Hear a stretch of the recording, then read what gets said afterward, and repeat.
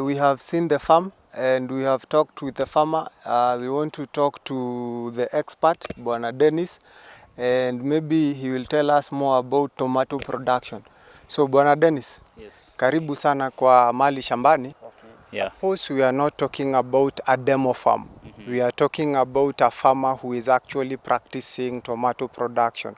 Where do they get their seedlings from around this place? Yeah, so most of the farmers get their seedlings from their local agrovets, where they buy their seedlings from, and then they come propagate them. So other farmers buy seedlings from the seedling propagators, so they don't have to go through the nursery. They just prepare the land, they get the seedlings, then they plant directly. Although we have got other farmers who get the seeds, then they propagate them first of all in a nursery before transferring to the main bed. Are there propagators around this place? Okay, the nearest is those that we order from town. I know of Kimplanda seedlings. They are around town, and the others on Mombasa Road. But within the area, with the propagators that we have are mainly those ones on the roadside. But personally, I usually advise farmers to get seedlings from certified propagators, yeah, to avoid maybe challenges of pests and diseases in the future. Land preparation involves all the processes that make seedbed ready to receive planting material. Soil clods are reduced to a fine tilth to facilitate planting. Also, it encompasses soil pH determination and control of soil-borne pathogens, if present. We are assuming that you have got everything right. Your seedlings are free of pests, diseases and everything, and anything else can affect them. How do you prepare your land for the planting? We have got what we call virgin land. This is land that has not been farmed before. So you have first of all to plow it, give it some days, maybe 2 or 3 weeks, then harrow for the second time to get a fine tilth. Then of course, when you are farming, you can use manure, which is very good for soil aeration, soil drainage. It also improves the soil carbon to nitrogen ratio. And then you give it also some time because manure is slow releasing. Okay. Yeah. Then from there, you come up, depending on the variety, you have to ensure you have got the correct spacing for the tomatoes, because each crop has got its own spacing.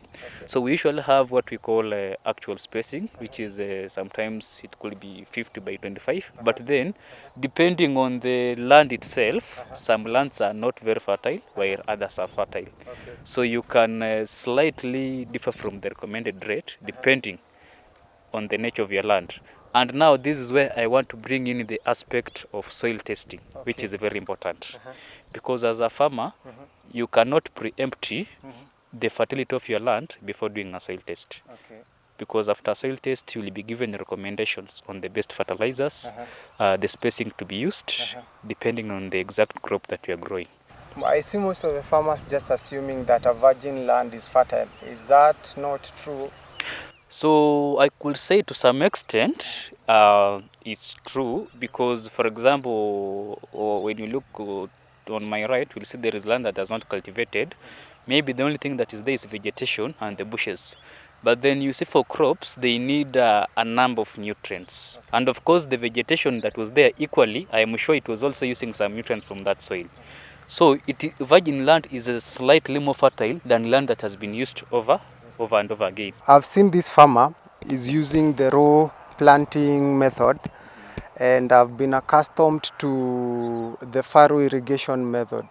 Maybe tell us the differences, the advantages of each and disadvantages, and also how the water is being applied.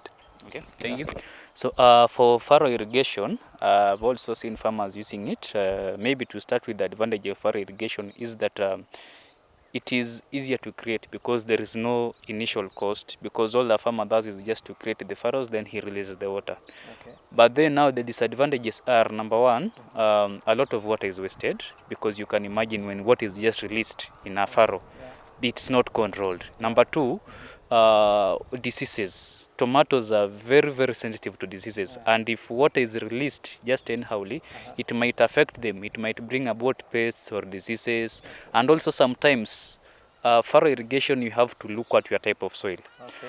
As you can see here in Kajiado, this is black cotton soil. Yeah, black. Yeah. Black cotton soil has got a very high water retention capacity. So meaning, if you're using furrow irrigation, most probably the water is there might be some form of waterlogging. Yeah. So waterlogging is a situation whereby maybe when you release water, it does not go down the soil and it does not actually move, especially on flat surfaces. As you can see, the irrigation used is what we call a drip irrigation. Yeah. So drip, just from the word drip irrigation, it means the water drips or tickles to exactly to the crop as needed. And the advantages is, number one, there is controlled water application. There is no water wastage because the water goes directly to the crop. Number two, with this method, it is easier to walk through and do the normal routine practices. As you can see, you can walk around. If it's pruning, if it is spraying, it is easily done. Another advantage is that after your cultivation, you can take off these drip lines, and then, for example, you can see those are other drip lines that have been taken away. Then when you are planting, you can also take them back to the farm. Disadvantages or shortcomings of this method, number one, it is the initial cost, because the installation is not that cheap. Okay. And I think most farmers, that's where the challenge that they have, because you have to have, for example, for an acre, it is usually around 150,000 shillings to install these drip lines. That is purchasing them plus the installation labor. Okay. Another disadvantage is for you to install the drip lines, you need to have an expert who knows how to install them properly, because there are a lot of factors that are considered. The topography of your land, the shape of your land, the location of your water tank, and all those factors, of which you will need to have a technician to come and install them on your farm. But when you compare it against furrow irrigation, it has got more advantages. And maybe another shortcoming is that also drip lines, for example, drip lines that are used, let's say, for tomato and onions, cannot be used in watermelons because of the spacing. However, ultimately, drip lines are more advantageous as compared to furrow irrigation. Contrary to the belief of many, pruning is actually good for the tomato crop. It reduces competition between vegetative growth and fruit formation, which would otherwise reduce the yield. It also reduces pests and diseases prevalence by reducing the area where pests hide and increasing airflow in the crop. So when the tomatoes are at the vegetative stage, let's say 2 or 3 weeks after transplanting, when you prune, you start with the bottom leaves. You know, as the crop grows, it comes up with new leaves, and the older ones dry out sometimes. So you take the older leaves out, you prune them out. Also, when during your routine check or when you're scouting and you happen to see any part of the plant that has been infected or it is abnormal, you also take it out to avoid it spreading to other parts of the crop. And then, as you can see, our crops here, they actually have fruits. So in this case, pruning has already been done, but just then during fruiting, you can also start pruning the lower leaves. And also sometimes if they are excessive, these are determinate variety, so they grow too bushy sometimes. And working out could be a problem. So you just prune so that you reduce maybe the number of these branches and ensure that the crop concentrates on the fruit, because when there are too much leaves, the nutrients might be wasted a lot on the other side instead of concentrating on the fruit. You might tell us what This is this? is called stacking. It is very important because it gives support to tomatoes. We have two ways of staking tomatoes. Staking simply refers to a way of supporting your tomatoes so that they don't fall down. This one, we have got the main sticks, which of course are very huge. And then there is a rope. You can see this is a rope that is running from one stick to the next. Then from this rope, we have got smaller ropes that are attached to each crop to give it support. So this one is usually used for a larger piece of land. The importance of staking is, number one, it prevents stems from breaking because of the heavy weight of the fruits. And also number two, it ensures proper working out through the farm. As you can see, it is easier to walk through the farm when tomatoes are supported. And the third reason is because we want to prevent our fruits from touching the ground, which could lead to infections. The other type of staking is whereby we have sticks being put on each and every crop, but then that one is not very easy on large pieces of land because it is labor intensive. You can imagine moving around putting a stick on each and every crop on these very many plants, so it is very tedious. Determinate are those tomato varieties that after maturity they stop flowering. Okay. They do not develop another stem again or another branch. Indeterminate varieties, when they start flowering, after the first harvest, they keep on flowering for as long as even up to 6 months or even up to 1 year. My biggest challenge it is identifying the pests, identifying the diseases, and everywhere I go I hear people talking of scouting. First of all, we have got what we call signs and symptoms. Okay. These are things that show you either a crop has been attacked by a pest or by a disease. Okay. And those ones, during field days, most of the time we teach our farmers. For example, when you talk of tomatoes. Okay. Now, this one is a characteristic of a leaf miner. Okay. Or it is commonly called tutor. Tutor absoluta. It is the one, the mining comes from the word movement through the leaves. It attacks the crop from as early as the vegetative stage. And then during the fruiting stage, it gets into the tomato. To the fruit itself. The fruit itself. Okay. So it starts feeding in the fruit, then exits. But it exits, leaving like a small hole to the fruit. So you see, this is a symptom of an attack by that. As you can see, I think they have been sprayed. So this is one of the symptoms that we tell our farmers. Number two, when you see your tomatoes having these spots, especially during cold weather, the leaves start drying. Yes, the leaves start drying. This is not drying. This is usually blight. Number two, when you look at the back side of this leaf, you will see white flies.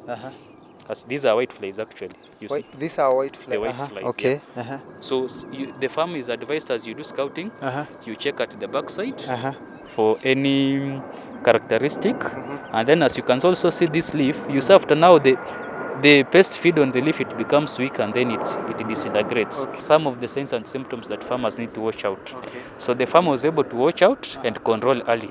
If left, blight can wipe out your tomatoes, like you've seen down there. So you've seen they have dried out. It will attack your tomatoes and it might wipe them out. Same to tuta absoluta, it will cause havoc to your fruits, and you will have either a low yield or it is going to reduce the quality of your produce. So generally we tell our farmers, just try to walk out your farm. If you see any abnormal or any sign that is not usual to your crop, you can call out your nearest agricultural officer.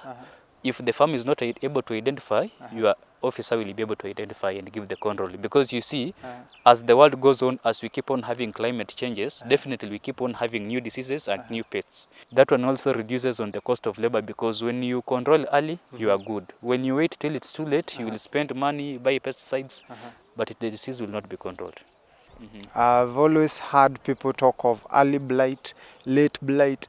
What is the difference between these two types of blight? So early blight is, it actually attacks tomatoes from when you've just planted them.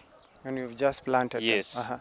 Then late blight, it attacks even plus the fruits. That's where those names come from. Early, late. Yeah. What control measures would you So I may not give any specific chemical control because we have got very many companies. Yeah. So, but then we usually recommend what we call integrated pest management. This is whereby we start identifying from the start and controlling before it goes beyond. For example, when you have just transplanted your tomato, and maybe one or two crops are showing symptoms on the leaves, you see when you take off those leaves, it will not spread. And assuming maybe they have started attacking, attacked a little small area, you can just, you will advise the farmer to go to a local agrovet and then buy he will be guided. So on the yield, I'm going to give quite a range because of a number of factors. Number one, for example, you see like this one, once harvested, it is done. But if it is the other determinate variety, you keep on harvesting over a long period of time. So definitely the produce of the other variety will be more than this one. But under good management, for example, with this particular variety in an acre, it should, if poorly done, it should give you at least 4 tons. A farmer should produce to sell, not produce and sell. This calls for in-depth local market analysis as well as external markets that affect local prices. Dennis advocates for relay farming, production specialization, among other ways to caution farmer against losses. For me, I usually have two strategies. The first strategy I tell the farmer is what we call rotation farming. When you look at this farm, you'll agree with me that we have had onions, right? Yeah, we have had. She has already harvested onions. She has sold. She by then she was selling. When she harvested it, onions were going farm price. The farm gate price is the price that we buy at the land. It was going for around 60, but right now, like yesterday, she was selling at 50 shillings a kilo Per kg, per kg. Of course, in the next coming month, because there might be an influx from Tanzania, prices will go low. So you see, she did timing. So she has left onions. She's now doing tomatoes. And ultimately, maybe she's looking at probably maybe the November, December market. Yeah. And also during cold month, the prices of tomatoes are usually very high because a lot of farmers experience challenges producing tomatoes during the cold month because of the rains, because of the diseases. So usually, the prices are usually high during cold month. So I usually come up with a calendar. I tell my farmers, these are the month when there is going to be a lot of demand for your crop. For example, the cold here in Kajiado where we are, the cold months are usually July, September, August, very cold. So if you produce tomatoes within that month, the prices are usually around 60 to 80 per kilo. So you look at number one, your area. Your area. Number two, what is your target market? Are you targeting the end consumer? Are you supplying to a school or are you supplying to a hotel? Maybe to ask you, kama umesema you have a calendar and people know ama anticipate that the prices in the market will be high at a certain point, that is why they will be pushed to produce all of them. I think this is the information that most of our farmers do not have. We have what we call the agricultural value chain analysis. Along the value chain from production to marketing, how is the market trend? How are the prices in different markets? What is your target market? So those are the things that most farmers do not look at. Farmers just say, huyu jamaa ameuza nyanya milioni moja Nairobi, wacha pia mimi nipande niko karibu na Nairobi. And then you flood the market. So you must really do a serious market research. How do you caution against prices when there is influx of the product in the market? Now that is where the second strategy comes in for my farmers. I tell my farmers, be an expert in one crop. Okay. If you are known for tomatoes, for example, wewe itwa Lena Wanyanya. Whether prices are high or low, you are producing tomatoes. That one you are guaranteed you will not go at a loss because assuming you have planted your tomatoes in a nursery in January, you transplant them. Immediately you transplant them, others are in the nursery. So by the time you start harvesting these ones after 75 to 90 days, others are in the nursery, others are flowering, others are being transplanted. You plant within 8 intervals, yes, throughout the year. So that's another strategy I use. That's what I call it relay farming. And also I do research, I look around for these things that we import. Things that have a challenge, we've got onions and melons. So right now, a lot of onions are not coming from Tanzania because it is not the season in Tanzania. There is the value addition that farmers are being encouraged to start at the farm level. How do you advise your farmers on that? So we have got two types of value addition. We have got the local one, and then we have got the, maybe let me say manufacturing.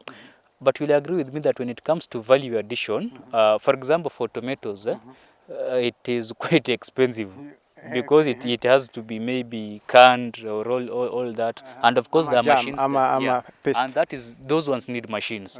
And of course, they also need knowledge on how to do it. So on that one, it becomes a challenge to the farmer.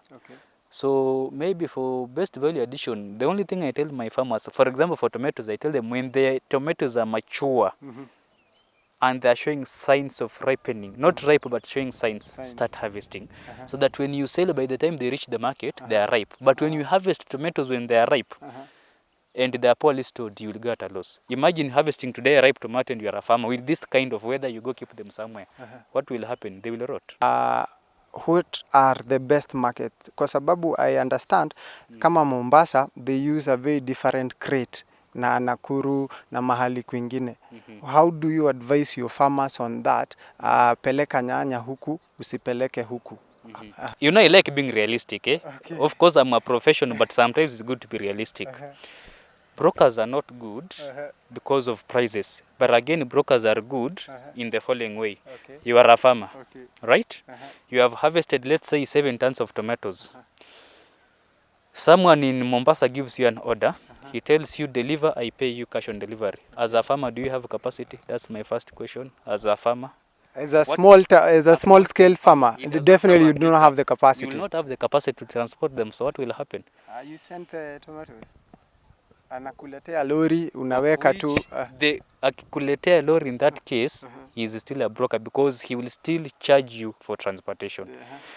This is where the advantage for the brokers come in. If the broker comes in with, let's say, farm price of 50 shillings, let's say you are selling at 50 shillings per kg, that is now where knowing prices is important. Because the disadvantage of a broker is, if a broker gets as a farmer, you are not informed. He can even tell you, hakuna soko ya nyanya, wacha ninunue na 20 shillings per kilo. But when you are informed, you will tell them, no, I am selling you for 50 farm gate price. That will give you 350,000 shillings. Okay. Na yeye mwenyewe anajua venye zinafanya nini, zinatoka. But assuming you are going to Mombasa, or let's say to the final market, if the farm gate price is 50, the highest it can go to the final market maybe is 8 or 100. So assuming when you sell there 100, you have to reach that place. You have to deliver. And of course, as you understand, sometimes our country, you also have, kuna ile kujuana. Sometimes as a new connections. person, going to Marikiti, for example, ukiwa mgeni unaweza kaa hapo na nyanya zako. So I think the best thing our government or our policy makers can do is if they can just come up with a way of marketing or storage facilities for farmers. That's the only way we can solve the issue of brokers. Otherwise, even if we say, for example, packaging, still brokers will buy that 50 kgs and go sell somewhere else. So those are the challenges. Transportation to the marketplaces. In fact, that is the main challenge our farmers have. I see farmers coming together wakiwa wengi wanapeleka mzigo yao, their product to a certain market. So that is another strategy where they have farmers groups and where they transport their products together, but that needs when there is a lot of transparency among the group members.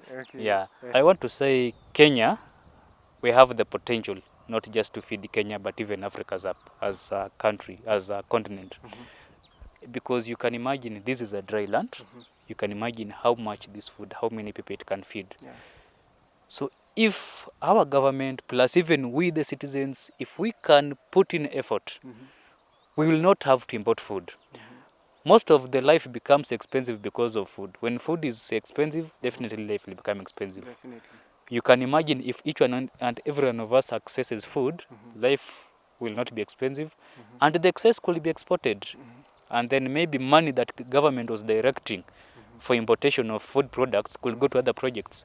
You can imagine how many tons of onions we import from Tanzania, how many tons of maize we import, how many tons of sugar we import, and these are things that we are producing some few years ago. So it is still possible. We can do it only if we have got the willingness from the government, and even we as a people are ready to change. Because even up to today, we still have some farmers who are adamant to technology. They don't want to learn.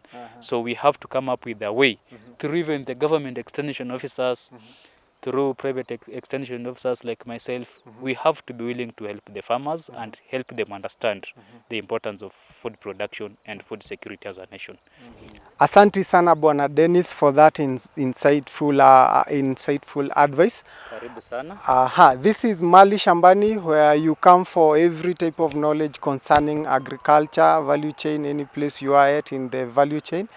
We are at Roymen, And if you're a Troyman doing any agricultural production, Dennis here is a private extension officer who is ready and willing to help you out. This is Mali Shambani. We shall be back after this commercial break.